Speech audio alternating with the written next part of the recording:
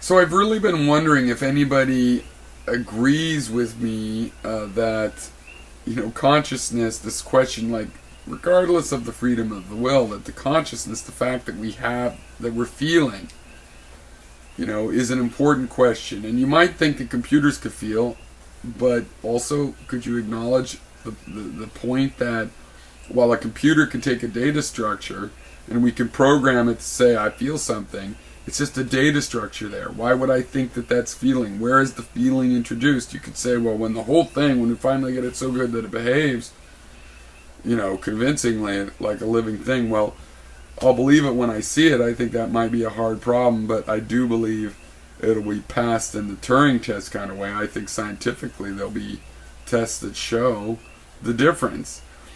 But even if it passes the Turing test, even if it passed scientific versions of that test, where it was more than just if it could fool people, then I would know how it works, right? It would be robotic and follow instructions in a way living things don't. And they could be complicated instructions like do one of the following 5 things. But that's still what it's going to be. It's not going to be a learning, organic thing, I don't think. I don't see why it would be that way. Now, if it can behave that way is an interesting question, right? Like if it could not really be that way internally, will that stop it from being able to behave that way or not? I mean, and I kind of side on the being able to simulate any parts of it that we figure out. But there'll keep being new parts that we have to figure out that distinguish between life and anything computational. By the way, I was talking to Gary and I realized, okay, a lot of people know the Turing test. It's, and can you talk to a computer and it fools you basically. But that makes a confusion about the Turing machine. Turing did a lot of stuff, and actually all of this really rigorous, and kind of mathematical stuff was just about computing. And the Turing machine has nothing to do with AI. It's a much more practical, it's less phantasmagorical subject matter. It's Turing. All of your computers are Turing machines. Scripting languages, their interpreters are Turing machines. It's just like a CPU, an abstraction of a CPU that can take instructions and execute them. And it can also, of course, use these instructions just as data storage.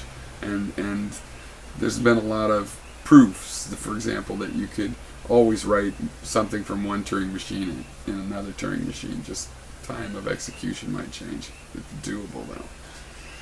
So anyway, Gary is really the only one I really know. I would love for people to say if they see how important this problem is. Now, Gary, interestingly enough, has either in his own time or as a result of some of my arguments of, that even though he has been able to see, and I'm not sure if he understands how it has an agreement per se, but I think he would admit there's some agreement there, even if the differences might make him want to emphasize the distinctions.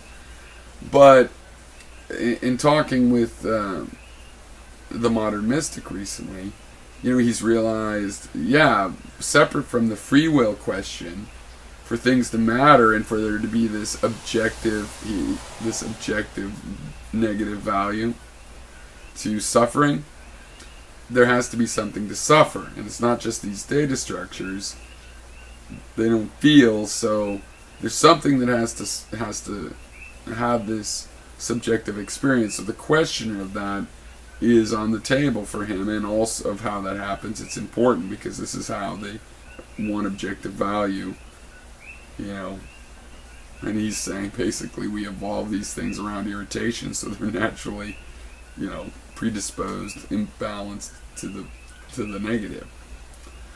But that it has to kind of be there, and that this is, of course, so I assume, or I'm thinking I could expect him to admit, this is the same thing, the thing that suffers, or not that it's literally a thing, right? I believe it's a system, and it's a behavior of a system, but I call systems things sometimes because, it's a convenient language. Maybe I should just always call them systems. But anyway, so the point is that this is the same system that that is having the illusion, if that's what it is, of will. And but does anybody else? I mean, do we have anybody else that is going to say this is an important question? I don't grok. Like, to grok something is to get it from this first person point of view. Like, hey, I feel you, man. And I don't grok not thinking it's an important question. Now, I get that people have different interests than me and might not find it an interesting question, but like officially interesting, it's like there's things that I don't want to study, but I'm like, yeah, that is an interesting thing. I'm glad there's people looking into it. I'll check back. I'll give you 10 minutes next year, find out what's going on, or maybe 10 years from now, or maybe never. But but that's different than like asserting that something's fundamentally uninteresting and doesn't go anywhere. And I don't grok that. I don't understand how somebody could say this more extreme version. I could see how like some people aren't interested in things I'm interested in, like where Jimi Hendrix was born, Seattle.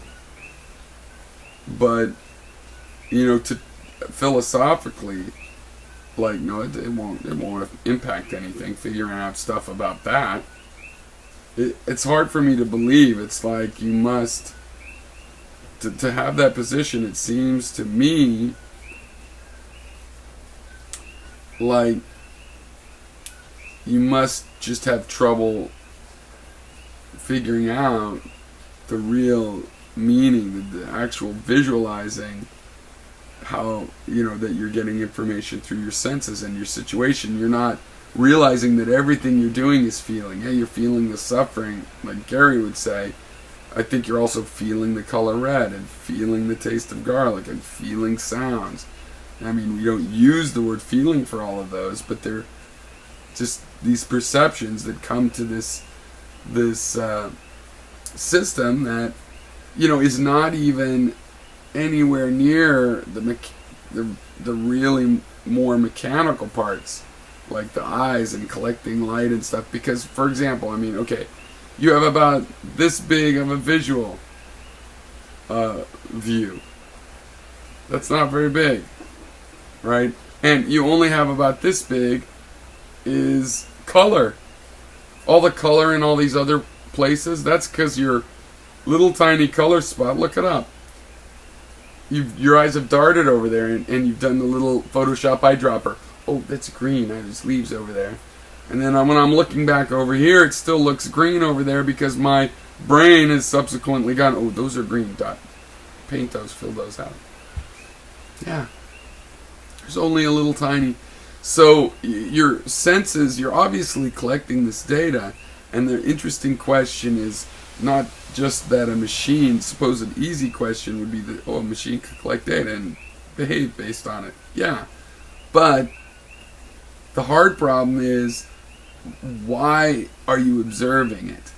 Okay, and does anybody endorse that question? Or this is fascinating to me because this is the most fundamental thing. And yeah, I'd like everybody, even people, to say, well, I don't have anything to say. That's it's too complicated, or or don't have anything to say really because it's totally unimportant. I've proved it doesn't matter to me. I'm fascinated by that. It's something. How many experiences are happening to all of us, arguably 24/7, even when you're dreaming, because you still have the observer, but you don't dream all the time. But however much you're awake, 12/7, and even if consciousness isn't constant, which I do believe it's not quite conscious and it can be out of focus, it's a little bit of it is happening all the time, enough that, geez, that's a pretty common. I don't know other experiences that are quite that common for people to be going, you prove to me it happens. That's amazing to me.